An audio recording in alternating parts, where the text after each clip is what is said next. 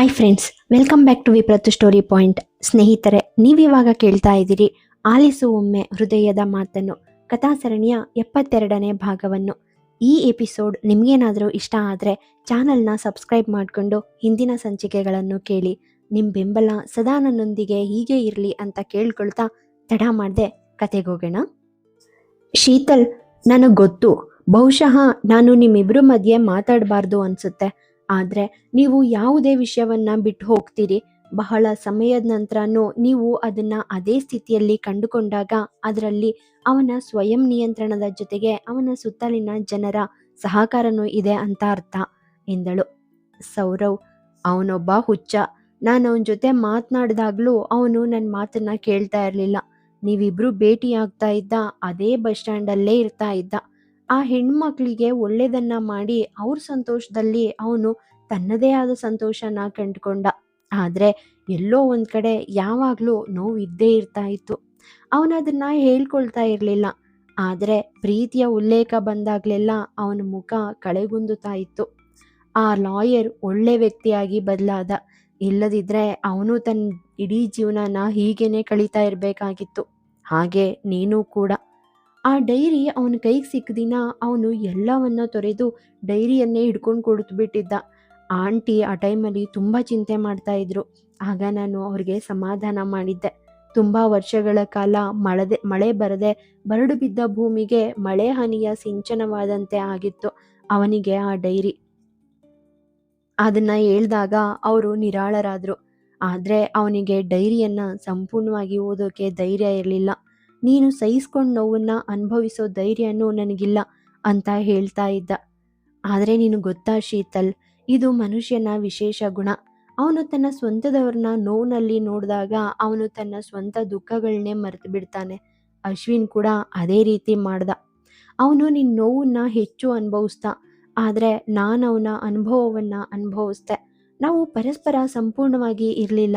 ಆದ್ರೆ ಎಲ್ಲೋ ನನಗೆ ಅದ್ರ ಒಂದು ಭಾಗ ಅರ್ಥ ಆಯ್ತು. ನಿನ್ನ ಆತ್ಮಕ್ಕೆ ಗಾಯ ಮಾಡಿಕೊಂಡು ಬೇರೆಯವ್ರಿಗೋಸ್ಕರ ಖುಷಿಯಾಗಿರೋದು ನರ್ಕನೇ ಸರಿ. ಭಾವನಾಳನ್ನ ಮದುವೆಯಾದ ಮೇಲೆ ಅವನು ಪ್ರತಿದಿನ ಸಾಯೋದನ್ನ ನಾನು ನೋಡ್ತಾ ಇದ್ದೆ. ಆದ್ರೆ ನನ್ನ ಕೈಯಲ್ಲಿ ಏನೂ ಮಾಡೋಕ್ ಸಾಧ್ಯ ಆಗಿರ್ಲಿಲ್ಲ. ಇವತ್ತು ನೀನು ಅವನ ಜೀವನದಲ್ಲಿ ಮತ್ತೆ ಬಂದಿದ್ಯಾ. ಆದ್ರಿಂದ ನಾನು ಹೇಳೋದೇನಂದ್ರೆ, ಎಷ್ಟೇ ಕೆಟ್ಟ ಸಮಯಗಳು ಬಂದರೂ ಒಬ್ರನ್ನೊಬ್ರು ಬಿಟ್ಕೊಡ್ಬೇಡಿ. ಯಾಕಂದ್ರೆ ಮೊದಲಾಗಿದ್ರೆ ಆ ನಿಮ್ಮ ಜಗಳ ಇಡೀ ಕುಟುಂಬದ ಮೇಲೆ ಮಾತ್ರ ಪರಿಣಾಮ ಬೀರ್ತಾ ಇತ್ತು. ಆದ್ರೆ ಈಗ ಹಾಗಲ್ಲ, ಅರ್ಥವತ್ತಾಗಿ ಹೇಳಿದ. ಮರುಕ್ಷಣವೇ ಶೀತಲ್ ನಗುತ್ತಾ, ಸೌರವ್, ಬಹುಶಃ ನಿಮ್ಮ ಕಣ್ಣಿಗೆ ಕಸ ಬಿದ್ದಿರ್ಬೇಕನ್ಸುತ್ತೆ ಎಂದಳು. ಮರುಕ್ಷಣವೇ ಸೌರವ್ ತನ್ನ ಜೇಬಿನಿಂದ ಕರ್ಚೀಫ್ ತೆಗೆದು ಕಣ್ಣುಗಳನ್ನು ಒರೆಸಿಕೊಂಡ. ಶೀತಲ್, ಅವರು ನೋವಲ್ಲಿದ್ದಾಗಲೆಲ್ಲ ನೀವು ಅವ್ರ ಜೊತೆ ಇದ್ದಿದ್ದಕ್ಕೆ ತುಂಬ ಥ್ಯಾಂಕ್ಸ್ ಎಂದಳು. ಸೌರವ್, ಹೇ, ಅವನು ನನ್ನ ಸ್ನೇಹಿತ ಅಂತ ನಾನು ನಿನಗೆ ಹೇಳಿದೆ, ಯಾಕೆ ಥ್ಯಾಂಕ್ಸ್ ಹೇಳ್ತಾ ಇದೆಯಾ ಎಂದ. ಶೀತಲ್, ನನ್ನ ಮನ್ಸಿಗೆ ಬಂತು, ಹೇಳ್ದೆ. ನೀನು ಯಾಕಂತ ಕೇಳಿದ್ರೆ ಏನು ಹೇಳಲಿ ಎಂದಳು. ಸೌರವ್ ಮುಗುಳು ನಕ್ಕ. ಅವರಿಬ್ಬರು ಮಾತನಾಡುತ್ತಿರುವಾಗಲೇ ಅವರ ಹಿಂದೆ ಬಿಳಿ ಏಫ್ರಾನ್ ಧರಿಸಿರುವ ವ್ಯಕ್ತಿಯೊಬ್ಬರು ಕನ್ನಡಕ ಧರಿಸಿ ಮುಖದ ತುಂಬ ಮಾಸ್ಕ್ ಹಾಕಿಕೊಂಡು ಅಶ್ವಿನ್ನ ವಾರ್ಡ್ ಕಡೆಗೆ ಹೋದರು. ಅಶ್ವಿನ್ ಬಳಿ ಕುಳಿತಿದ್ದ ಸೀತಾ ಇನ್ನೂ ತನ್ನದೇ ಆದ ಕತೆಗಳನ್ನು ಎಳೆಯುತ್ತಾ ಅಶ್ವಿನ್ಗೆ ಹೇಳುತ್ತಿದ್ದಳು.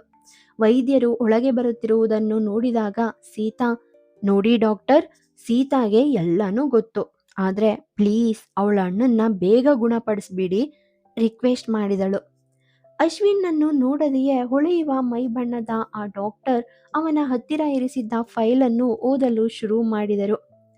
ವೈದ್ಯರಿಂದ ಯಾವುದೇ ಪ್ರತಿಕ್ರಿಯೆ ಬಾರದಿದ್ದಾಗ ಮತ್ತೆ ಸೀತಾ, ಹೇಳಿ ಡಾಕ್ಟರ್ ಸರ್, ಅಣ್ಣ ಯಾವಾಗ ಮನೆಗೆ ಬರ್ತಾನೆ ಎಂದಳು.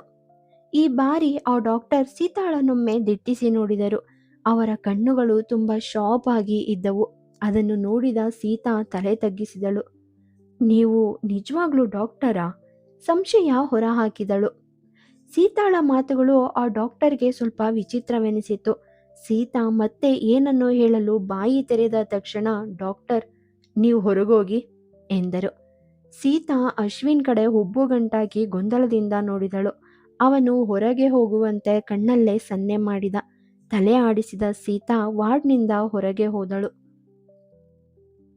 ಫೈಲ್ ನೋಡುತ್ತಿದ್ದ ಡಾಕ್ಟರ್ ಕಡೆ ನೋಡಿ ನಕ್ಕ ಅಶ್ವಿನ್, ನೀವು ಡಾಕ್ಟರ್ ಆಗದೆಯೂ ನನ್ನನ್ನ ಭೇಟಿಯಾಗೋಕೆ ಬರಬಹುದು ವಿಕ್ರಮ್ ಎಂದ.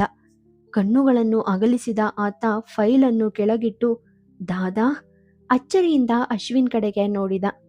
ಅಶ್ವಿನ್, ಬರಬಹುದು ಅಲ್ವಾ ನಕ್ಕ. ಉತ್ತರಕ್ಕಾಗಿ ಅಶ್ವಿನ್ ಭಯ್ಯನನ್ನೇ ನೋಡುತ್ತಿದ್ದ. ಭಯ್ಯ, ನಾನ್ ಬರಬಹುದು ದಾದಾ, ಆದ್ರೆ ನಾನ್ ನಿನ್ನ ಹಾಗೆ ಒಳ್ಳೆ ಕಾರ್ಯಗಳ ಮೂಲಕ ಹೆಸರನ್ನ ಸಂಪಾದನೆ ಮಾಡಿಲ್ಲ. ಅದಕ್ಕೆ ಮೌನವಾದ. ಅಶ್ವಿನ್, ಹಲವು ಬಾರಿ ನಮ್ಮ ಕಾರ್ಯಗಳು ನಮ್ಮ ಪರಿಸ್ಥಿತಿನ ಅವಲಂಬಿಸಿರುತ್ತವೆ ನಕ್ಕ. ಭಯ್ಯ, ಪ್ರಪಾತಕ್ಕೆ ಬಿದ್ದ ನಂತರ ಒಬ್ರು ವಿಷಾದಿಸಬಹುದು ಅಲ್ವೇ ದಾದಾ ಎಂದ. ಅಶ್ವಿನ್ ಕೋಪದಿಂದ, ಈಗ ನೀನು ಹೇಗೆ ಬಂದೆ ಎಂದ. ಅಶ್ವಿನ್ನ ಕಿರಿಕಿರಿಯನ್ನು ಅರ್ಥ ಮಾಡಿಕೊಂಡ ಆತ, ನನಗೆ ನಿನ್ನನ್ನು ನೋಡ್ಬೇಕನ್ನಿಸ್ತು ದಾದಾ, ಆದ್ರಿಂದ ನಾನು ಇಲ್ಲಿಗೆ ಬಂದೆ. ನನಗೆ ಸ್ವಂತದವರಂತ ಯಾರೂ ಇಲ್ಲ, ಆದರೆ ನಾನು ನಿನ್ನನ್ನು ನೋಡಿದಾಗಲೆಲ್ಲ ನನಗೊಬ್ಬ ಅಣ್ಣನನ್ನು ನೋಡಿದಾಗೆ ಫೀಲ್ ಆಗುತ್ತೆ ಎಂದ. ಅಶ್ವಿನ್, ಅಣ್ಣ ಅಂತ ಬರೀ ಬಾಯಿ ಮಾತಿಗೆ ಹೇಳಿದ್ರೆ ಸಾಲಲ್ಲ, ಅಣ್ಣ ಹೇಳಿದ ಹಾಗೆ ಕೇಳಬೇಕು. ನೀನ್ ಜೀವನನ ಮತ್ತೆ ಹೊಸ ರೀತಿಲಿ ಸ್ಟಾರ್ಟ್ ಮಾಡು. ನೀನ್ ಹೀಗಿರೋದನ್ನ ನಾನು ಸಪೋರ್ಟ್ ಮಾಡಲ್ಲ ಎಂದ ಚೂರು ಖಾರವಾಗಿ. ಭಯ್ಯ ನಗುತ್ತಾ, ಬಹುಶಃ ನಾನು ನಿನ್ ಮುಂದೆ ಬರದೇ ಇರೋದಕ್ಕೆ ಇದೊಂದೇ ಕಾರಣ ಇರಬಹುದು. ನೀನ್ ನನ್ನನ್ನು ಇದೆಲ್ಲದರಿಂದ ಹೊರಗೆ ಕರೆದೊಯ್ಯೋಕೆ ಬಯಸ್ತೀಯಾ ಅಂತ ನನಗೆ ಗೊತ್ತಿದೆ, ಆದರೆ ಅದಷ್ಟು ಸುಲಭ ಅಲ್ಲ ಎಂದ. ಅಶ್ವಿನ್, ಸಾಧ್ಯತೆಗಳು ಆಲ್ರೆಡಿ ಕ್ರಿಯೇಟ್ ಆಗಿವೆ ಎಂದ. ಭಯ್ಯ ನಗುತ್ತಾ, ದಾದಾ ತಮಾಷೆ ಮಾಡಬೇಡಿ ಎಂದ. ಅಶ್ವಿನ್, ನೀನು ಯಾವಾಗ್ಲಿಂದ ನನ್ನ ಮೇಲೆ ಕಣ್ಣಿಟ್ಟಿದ್ಯಾ ಕೇಳಿದ. ಭಯ್ಯ, ನಾನು ನಿನ್ನನ್ನು ದಾದಾ ಅಂತ ಭಾವಿಸಿದ ದಿನದಿಂದ, ದೂರದಿಂದಲೇ ನಿಮ್ಮನ್ನ ನೋಡಿ ನನಗೆ ತುಂಬ ಸಂತೋಷವಾಗ್ತಾ ಇತ್ತು ಎಂದ. ಅಶ್ವಿನ್, ಹಾಗಾದ್ರೆ ಇದೆಲ್ಲದರಿಂದ ಹೊರಗೆ ಬಾ ಎಂದ. ಭಯ್ಯ, ಯಾರಾದರೂ ಇದನ್ನ ಮೊದಲೇ ಹೇಳಿದ್ರೆ ಸರಿ ಇರ್ತಿತ್ತು ಅಂತ ನನಗನ್ಸುತ್ತೆ, ಆದರೆ ಈಗ ಮಾತು ನಿಲ್ಲಿಸಿದ. ಅಶ್ವಿನ್, ವಿಷಾದ ಮಾತ್ರ ನನಗನ್ಸುತ್ತೆ ಎಂಬುದಕ್ಕೆ ಸಂಬಂಧಿಸಿದೆ, ಆದರೆ ಜೀವನದಲ್ಲಿ ವಿಷಾದಗಳು ಯಾವಾಗಲೂ ನೋವನ್ನ ಕೊಡ್ತವೆ, ಹಾಗೆ ಮಾಡದಿರೋದೇ ಉತ್ತಮ ಗಡುಸಾಗಿ ಹೇಳಿದ. ಭಯ್ಯ ಮತ್ತೊಮ್ಮೆ ನಕ್ಕ ಅವನ ಮಾತಿಗೆ. ಅಶ್ವಿನ್ ಅವನನ್ನ ದುರುಗುಟ್ಟಿ ನೋಡಿದ. ಭಯ್ಯ, ನನ್ನನ್ನು ರೈಲ್ವೆ ಸ್ಟೇಷನಿಂದ ಕರ್ಕೊಂಡು ಬಂದರು. ಆಗ ನನಗೆ ಎಷ್ಟು ವಯಸ್ಸಾಗಿತ್ತಂತ ನನಗೆ ಗೊತ್ತಿಲ್ಲ, ಆದರೆ ನನ್ನನ್ನು ನೋಡಿದ ಎಲ್ಲರೂ ನಾನು ಯಾವುದೋ ಒಳ್ಳೆ ಕುಟುಂಬದ ಮಗು ಅಂತ ಹೇಳ್ತಾ ಇದ್ರು. ಆದರೆ ಒಳ್ಳೆ ಕುಟುಂಬದ ಆ ಹಣೆ ಪಟ್ಟಿ ಸ್ವಲ್ಪ ಕಾಲ ಮಾತ್ರ ಉಳಿತು. ಲೆಕ್ಕವಿಲ್ಲದಷ್ಟು ಹಸಿವು, ಹೊಡೆತಗಳು, ಬೈಗುಳಗಳು ಎದುರಿಸಿದ ಮೇಲೆ ಪ್ರಪಂಚ ಏನಂತ ನನಗೆ ಅರ್ಥ ಆಯಿತು. ಒಮ್ಮೆ ಅವ್ರು ನನ್ನ ಕೈಯ ಮತ್ತು ಕಾಲುಗಳನ್ನ ಮುರಿದು ಬೀದಿಗಳಲ್ಲಿ ಭಿಕ್ಷೆ ಬೇಡೋಕೆ ಬಿಟ್ರು. ನನಗೆ ಬುದ್ಧಿ ಬಂದಾಗ ಒಂದು ದಿನ ನಾನು ಆ ಗ್ಯಾಂಗ್ನ ಕೈಯಿಂದ ತಪ್ಪಿಸ್ಕೊಂಡೆ. ಆದರೆ ಆಮೇಲೆ ಕೆಲವು ಆಶ್ರಮದ ಜನರು ನನ್ನನ್ನು ಎತ್ಕೊಂಡು ಹೋಗಿ ಒಂದು ಶ್ರೀಮಂತ ಕುಟುಂಬಕ್ಕೆ ಮಾರಿದ್ರು. ಇಲ್ಲಿಗೆ ನನ್ನ ಕಷ್ಟಗಳು ಮುಗಿದು ಅಲ್ಲಿ ನನ್ನ ಜೀವನ ಸುಖವಾಗಿರುತ್ತೆ ಅಂತ ಖುಷಿ ಪಟ್ಟೆ, ಆದರೆ ಖುಷಿ ಹಾಗೇನೆ ಉಳಿದೋಯ್ತು. ನನ್ನ ಹೊಟ್ಟೆಯಲ್ಲಿ ಗಡ್ಡೆ ಇದೆ, ಆಪರೇಷನ್ ಮಾಡಬೇಕಂತ ಡಾಕ್ಟರ್ ಹೇಳಿದಾಗ ಮನೆಯಲ್ಲಿ ಎಲ್ಲರೂ ನನ್ನನ್ನು ನಿಕೃಷ್ಟವಾಗಿ ಕಂಡ್ರು. ಅಲ್ಲಿ ಇರೋಕ್ಕಾಗದೆ ಮತ್ತೊಮ್ಮೆ ರೈಲೇರಿದ್ದೆ ನಾನು. ವಿಧಿ ನನ್ನನ್ನು ಬೇರೊಂದು ಆಶ್ರಮಕ್ಕೆ ಕರೆದೊಯ್ದಿತ್ತು. ಆ ಮನುಷ್ಯ ಬಹುಶಃ ಒಳ್ಳೆಯವನಾಗಿದ್ದ ಅನ್ಸುತ್ತೆ, ಆದ್ರಿಂದ ನನ್ನ ಗೌರ್ಮೆಂಟ್ ಹಾಸ್ಪಿಟಲ್ಗೆ ಸೇರಿಸಿ ಚಿಕಿತ್ಸೆ ನೀಡ್ದ. ಆ ಆಶ್ರಮದ ವ್ಯಕ್ತಿ ಒಳ್ಳೆಯವನಾಗಿರೋದ್ರಿಂದ ಈಗ ನನಗೆ ಒಳ್ಳೆಯದಾಗಬಹುದು ಅಂತ ನಾನು ಎಣಿಸ್ದೆ.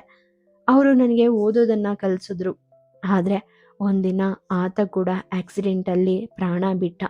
ಆಮೇಲೆ ಅವನಣ್ಣ ಆಶ್ರಮಕ್ಕೆ ಬಂದ. ಒಬ್ಬ ವ್ಯಕ್ತಿಯು ತನ್ನ ಇಚ್ಛೆಗೆ ವಿರುದ್ಧವಾಗಿ ಏನಾದರೂ ಮಾಡಿದ್ರೆ ಅದ್ರ ಪರಿಣಾಮವನ್ನು ಎಲ್ಲರೂ ಅನುಭವಿಸ್ಬೇಕಾಗುತ್ತದೆ. ಪರಿಣಾಮಗಳು. ನಾನು ಅಲ್ಲಿಂದ ಸಹ ಓಡಿ ಹೋಗ್ಬೇಕಂತ ತೀರ್ಮಾನ ಮಾಡಿದೆ. ನಾನು ಹಾಗೇನೆ ಮಾಡಿದೆ. ಅವನು ಅದಾಗಲೇ ಅದೆಷ್ಟೋ ಮಕ್ಕಳನ್ನ ಪಟಾಕಿ ಫ್ಯಾಕ್ಟ್ರಿಗೆ ಕೆಲಸಕ್ಕೆ ಕಳಿಸಿದ್ದ. ನನ್ನನ್ನು ಕೂಡ ಅಲ್ಲಿಗೆ ಕಳಿಸ್ದ. ಆದರೆ ಅಲ್ಲಿ ನನಗೆ ಏಟಾಯಿತು. ಅದರ ಗಾಯದ ಗುರುತು ಇನ್ನೂ ಸಹ ನನ್ನ ದೇಹದ ಮೇಲೆ ಹಾಗೇನೆ ಇದೆ. ಅದ್ರ ನೆಕ್ಸ್ಟ್ ಡೇ ನಾನು ಹೋಗಲಿಲ್ಲ, ಆದರೆ ಆ ಫ್ಯಾಕ್ಟ್ರಿ ಬೆಂಕಿಗೆ ಆಹುತಿ ಆಯಿತು ಅನ್ನೋ ವಿಷಯ ತಿಳಿಯಿತು. ಆಶ್ರಮದಿಂದ ಹೋಗಿದ್ದ 8 ಮಕ್ಕಳು ಅದರಲ್ಲಿ ಸುಟ್ಟು ಹೋದ್ರು. ಆದರೆ ಅಲ್ಲಿ ಸತ್ತವರ ಲಿಸ್ಟಲ್ಲಿ ಆ ಮಕ್ಕಳು ಹೆಸರೇ ಇರಲಿಲ್ಲ. ದೊಡ್ಡವರ ಮತ್ತು ರಿಜಿಸ್ಟರ್ ಆಗಿದ್ದವರ ಹೆಸರುಗಳು ಮಾತ್ರ ಹೊರಬಂದವು. ನನ್ನ ಶ್ರಮದ ಫಲವನ್ನ ಬೇರೊಬ್ರು ಅನುಭವಿಸ್ತಾ ಇದ್ರು. ಹಾಗಾಗಿ ನಾನು ಅಲ್ಲಿಂದ ಓಡ್ ಹೋದೆ. ನನಗಾಗ ಎಷ್ಟು ವಯಸ್ಸಾಗಿತ್ತಂತ ನನಗೆ ಗೊತ್ತಿಲ್ಲ. ಆದರೆ ನಾನು ನನ್ನ ತಿಳುವಳಿಕೆಯನ್ನು ಬೆಳೆಸ್ಕೊಂಡಿದ್ದೆ. ತುಂಬ ಅಲೆದಾಡಿದ ಮೇಲೆ ವಿಧಿ ನನ್ನನ್ನು ಈ ರೀತಿಯ ವ್ಯಕ್ತಿ ಬಳಿ ತಂದು ನಿಲ್ಲಿಸ್ತು.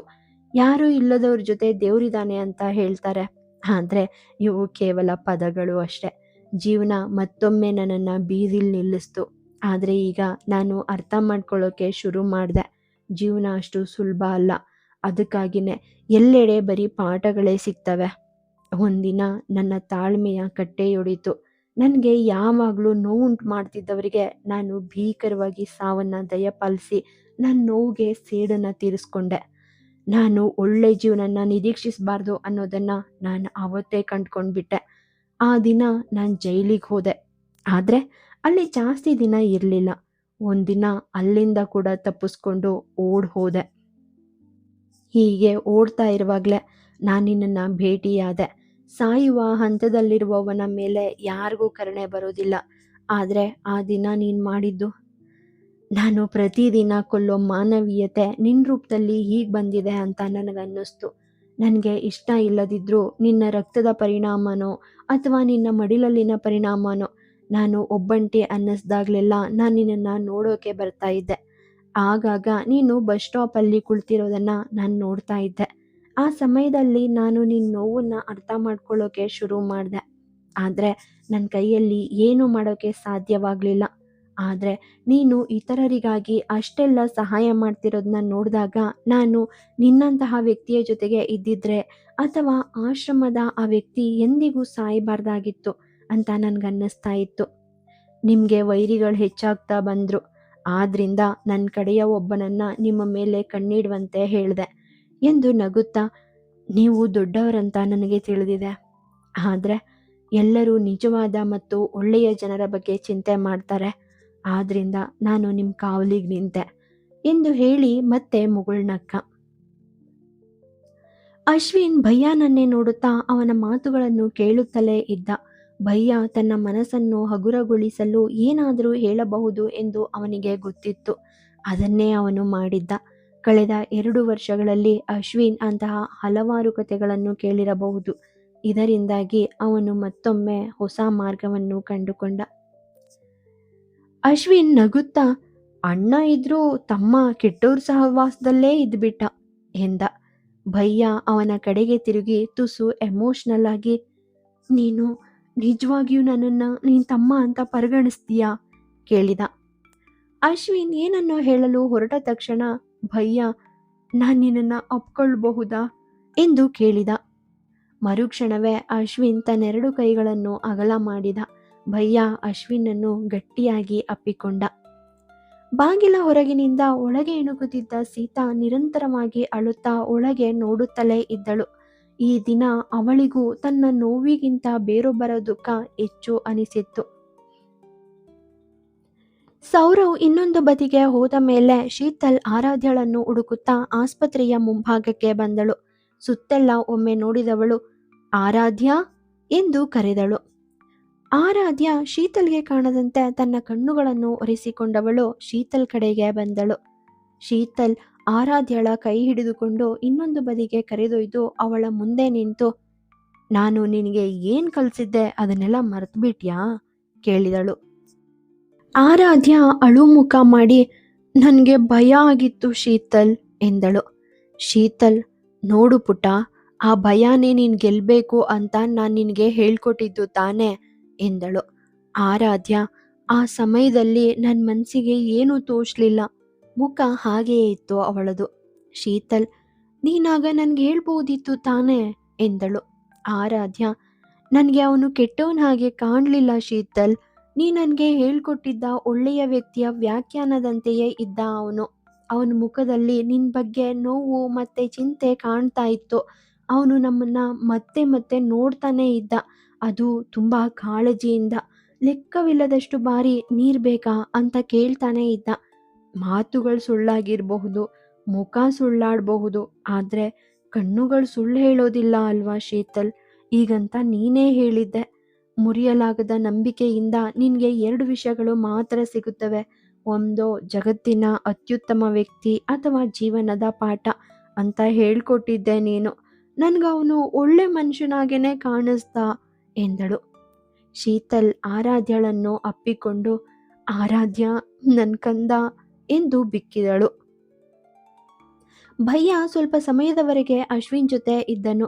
ಅವನು ಹೊರಟು ನಿಂತಾಗ ಅಶ್ವಿನ್, ನಿನ್ಗೆ ಇದೆಲ್ಲದರಿಂದ ಹಿಂತಿರುಗಬೇಕು ಅನ್ನಿಸ್ದಾಗ್ಲೆಲ್ಲ ನನ್ನ ಮಾತುಗಳನ್ನ ನೆನ್ಪಿಡು. ನಿನ್ನ ದಾದಾ ಯಾವಾಗಲೂ ನಿನ್ನ ಜೊತೆ ಇರ್ತಾನೆ ಎಂದು ಭರವಸೆ ನೀಡಿದ. ಭಯ್ಯ ಮುಗುಳ್ನಗುತ್ತಾ, ನಾನು ಹೊರಡ್ತಿದ್ದೀನಿ ದಾದಾ ಎಂದ. ಅಶ್ವಿನ್, ಟೇಕ್ ಕೇರ್ ಎಂದು ಮುಗುಳ್ನಕ್ಕನು. ಮರುಕ್ಷಣವೇ ಭಯ್ಯ ಅಲ್ಲಿಂದ ನಡೆದನು. ಇಷ್ಟು ಹೊತ್ತು ಬಾಗಿಲಲ್ಲೇ ನಿಂತಿದ್ದ ಸೀತಾ ಮರೆಯಾಗಿ ನಿಂತಳು. ಆದರೆ ಅವಳು ಅವಿತುಕೊಳ್ಳಲಿಲ್ಲ. ಬಾಗಿಲಿಗೆ ಬಂದ ಭಯ್ಯನಿಗೆ ಸೀತಾ ಕಾಣಿಸಿದ್ದಳು. ಸೀತಾ ಅವನತ್ತ ತಲೆ ಎತ್ತಿ ನೋಡಿದಾಗ ಕ್ಷಣ ಇಬ್ಬರ ಕಣ್ಣುಗಳು ಸಂಧಿಸಿದವು. ಅವಳ ಕಣ್ಣೀರನ್ನು ಗಮನಿಸಿದ ಅವನು. ಭಯ್ಯ ಒಂದು ಕ್ಷಣ ಅವಳನ್ನೇ ನೋಡುತ್ತಾ ನಿಂತ. ಆದರೆ ಸೀತಾ ಅಲ್ಲಿ ನಿಲ್ಲದೆ ಓಡಿ ಹೋದಳು. ಹೋದವಳತ್ತಲೇ ನೋಡಿದ ಕ್ಷಣ. ಇನ್ನೊಂದು ಬದಿಯಲ್ಲಿ ಭಯ್ಯನ ಕಣ್ಣುಗಳು ಆರಾಧ್ಯಳೊಂದಿಗೆ ಬರುತ್ತಿದ್ದ ಶೀತಲಾಳ ಮೇಲೆ ಬಿದ್ದವು. ಅವಳು ಬರುತ್ತಿರುವುದನ್ನು ನೋಡಿದ ಭಯ್ಯ ತನ್ನ ಕೈಗಳನ್ನು ಮುಖಕ್ಕೆ ಅಡ್ಡವಾಗಿ ಹಿಡಿದ. ಆದರೆ ಆರಾಧ್ಯಳಿಗೆ ಅವನ ಗುರುತು ಸಿಕ್ಕಿರಬಹುದು. ಅವನನ್ನೇ ನೋಡುತ್ತಾ ನಿಂತಳು. ಅವಳು ನಿಂತುದನ್ನು ನೋಡಿ ಶೀತಲ್ ಕೂಡ ನಿಂತಳು. ಭಯ್ಯ ಅಲ್ಲಿ ನಿಲ್ಲದೆ ಮುಖ ಮುಚ್ಚಿಯೇ ತರಾತುರಿಯಲ್ಲಿ ಹೊರ ನಡೆದ. ಶೀತಲ್, ಏನಾಯಿತು? ನಿಂತವಳನ್ನೇ ನೋಡುತ್ತಾ ಕೇಳಿದಳು. ಆರಾಧ್ಯ, ಶೀತಲ್, ಅವನು ಅದೇ ಭಯ್ಯನಾಗ ಕಾಣಿಸ್ತಾನೆ ಎಂದಳು. ಅವನು ತನ್ನ ಕೈಗಳನ್ನು ಮಡಚಿ ಶೀತಲ್ಗೆ ನಮಸ್ತೆ ಎಂದು ಏಕೆ ಹೇಳಿದನೆಂದು ಅವಳಿಗೆ ಈಗ ಅರ್ಥವಾಗಿತ್ತು. ಪಾತ್ರ ದೊಡ್ಡದಾದಷ್ಟು ಜವಾಬ್ದಾರಿಗಳು ದೊಡ್ಡದಾಗಿರ್ತವೆ. ಅಶ್ವಿನ್ ಕಣ್ಣು ತೆರೆದಾಗಿನಿಂದ ಸ್ವಲ್ಪ ಸ್ವಲ್ಪವೇ ವಿಶ್ರಾಂತಿ ಪಡೆಯುತ್ತಿದ್ದ. ಜನರನ್ನು ಭೇಟಿಯಾಗುತ್ತಿದ್ದ ಮತ್ತು ಮಾತನಾಡುತ್ತಿದ್ದ. ಕಾರಣ ಇದೇ ಆಗಿತ್ತು. ಮತ್ತೊಮ್ಮೆ ಭಯ್ಯ ಕೋಣೆಯಿಂದ ಹೊರ ಬಂದಾಗ ನರ್ಸ್ ಅಶ್ವಿನ್ಗೆ ಔಷಧಿ ನೀಡಿ ಹೊರಗೆ ಹೋದಳು. ಮತ್ತೊಮ್ಮೆ ಶೀತಲ್ ನಿಧಾನವಾಗಿ ಹೆಜ್ಜೆ ಹಾಕುತ್ತಾ ಒಳಗೆ ಬಂದಳು. ಅವಳು ಬಂದುದನ್ನು ಗಮನಿಸಿದ ಅಶ್ವಿನ್ ಕಣ್ಣು ತೆರೆಯಲು ಮುಂದಾದಾಗ, ಶೀತಲ್, ರೆಸ್ಟ್ ಮಾಡು, ನಾನಿಲ್ಲೇ ಇರ್ತೀನಿ ಎಂದಳು. ಜೋಂಪು ಹತ್ತಿದ ಕಣ್ಣುಗಳನ್ನು ನಿಧಾನಕ್ಕೆ ಬಿಡಿಸಿದ ಅಶ್ವಿನ್ ಅವಳ ಕೈಯಲ್ಲಿ ಡೈರಿಯನ್ನು ನೋಡಿ, ಏನಿದು, ನೀನ್ ಡೈರಿ ಬರೀತೀಯಾ ಎಂದು ಕೇಳಿದ. ಶೀತಲ್, ಹೌದು ಎಂದಳು ತಲೆ ಬಾಗಿಸಿ. ಅಶ್ವಿನ್, ಶೀತು ಪ್ರೀತಿಯಿಂದ ಕರೆದ. ಶೀತಲ್, ಎಂದಳು. ಅಶ್ವಿನ್, ಐ ಲವ್ ಯು ಬಿಲುವಾಗಿ ಹೇಳಿದ. ಶೀತಲ್ ನಿಟ್ಟುಸಿರೊಂದನ್ನು ಬಿಟ್ಟು ಕಣ್ಣು ಮುಚ್ಚಿ ನಿಧಾನಕ್ಕೆ ತೆರೆದವಳು ಅಶ್ವಿನ್ ಕಡೆಗೆ ನೋಡಿದಳು. ಅಶ್ವಿನ್, ನಾನು ನಿನ್ನ ಜೊತೆ ಜಾಸ್ತಿ ಟೈಮ್ ಸ್ಪೆಂಡ್ ಮಾಡೋಕ್ಕೆ ಇಷ್ಟಪಡ್ತೀನಿ. ನಾನು ನಿನಗೆ ಹೇಳಬೇಕಾಗಿರೋವು ಅದೆಷ್ಟೋ ವಿಷಯಗಳಿವೆ. ನನ್ನ ಕಣ್ಗಳು ಮುಚ್ಚೋಕೆ ಶುರು ಮಾಡಿದಾಗ ನಿನ್ನ ನಂಬಿಕೆ ಮತ್ತೊಮ್ಮೆ ಮುರಿದೋಗುತ್ತದೆ ಅಂತ ನಾನು ಎಷ್ಟು ಹೆದರಿದ್ದೆ ಗೊತ್ತಾ ಎಂದನು. ಶೀತಲ್, ಪ್ಲೀಸ್ ರೆಸ್ಟ್ ಮಾಡು, ಇದೆಲ್ಲ ಆಮೇಲೆ ಮಾತಾಡೋಣ ಎಂದಳು. ಅಶ್ವಿನ್, ಜೀವಕ್ಕೆ ಯಾವುದೇ ಗ್ಯಾರಂಟಿ ಇಲ್ಲ ಅಂತ ನನಗೆ ಗೊತ್ತಾಗಿದೆ. ಅದಕ್ಕಾಗಿಯೇ ನಾನು ನಿನ್ನ ಜೊತೆ ಸಾಧ್ಯವಾದಷ್ಟು ಬದುಕ್ಬಿಡ್ಬೇಕು ಎಂದು ಹೇಳಿದ ಅಶ್ವಿನ್ ಒಂದು ಕ್ಷಣ ನಿಲ್ಲಿಸಿದನು. ಮರುಕ್ಷಣವೇ, ನೀನು ನನ್ನ ಪಕ್ಕದಲ್ಲಿ ಮಲಗ್ತೀಯಾ? ಇಲ್ಲಿ ನನ್ನ ಮುಂದೆ ಮಾತನಾಡಲಾಗಲಿಲ್ಲ ಅವನಿಗೆ. ಒತ್ತಡದಿಂದಾಗಿ ಅಶ್ವಿನ್ನ ಮಾತುಗಳು ಅರ್ಧದಲ್ಲೇ ನಿಂತು ಹೋದವು. ಶೀತಲ್ ತನ್ನ ಕುರ್ಚಿಯನ್ನು ಮುಂದಕ್ಕೆ ಸರಿಸಿ ಅಶ್ವಿನ್ನ ತಲೆಯ ಬಳಿ ಕುಳಿತು ಅವನ ತಲೆಯನ್ನು ಸವರಲು ಶುರು ಮಾಡಿದಳು.